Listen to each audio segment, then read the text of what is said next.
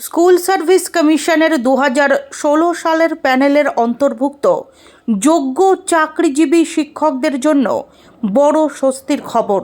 Supreme court তাদের চাকরির মেয়াদ বাড়ানোর নির্দেশ দিয়েছে। ফলে বর্তমানে কর্মরত যোগ্য শিক্ষকরা আগামী 31শে অগস্ট পর্যন্ত নিজেদের পদে বহাল থেকে কাজ করতে পারবেন।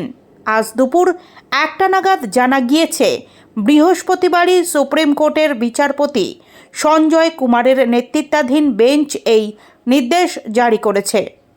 আদালতের এই রায়ে দীর্ঘদিন ধরে অনিশ্চয়তার মধ্যে থাকা বহু শিক্ষক সাময়িক হলেও স্বস্তি পেলেন বলেই মনে করা হচ্ছে।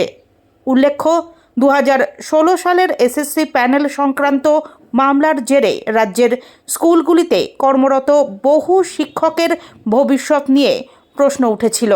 সেই প্রেক্ষিতেই যোগ্য চাকরিজীবী শিক্ষকদের চাকরির মেয়াদ বাড়ানোর সিদ্ধান্ত নিল শীর্ষ আদালত।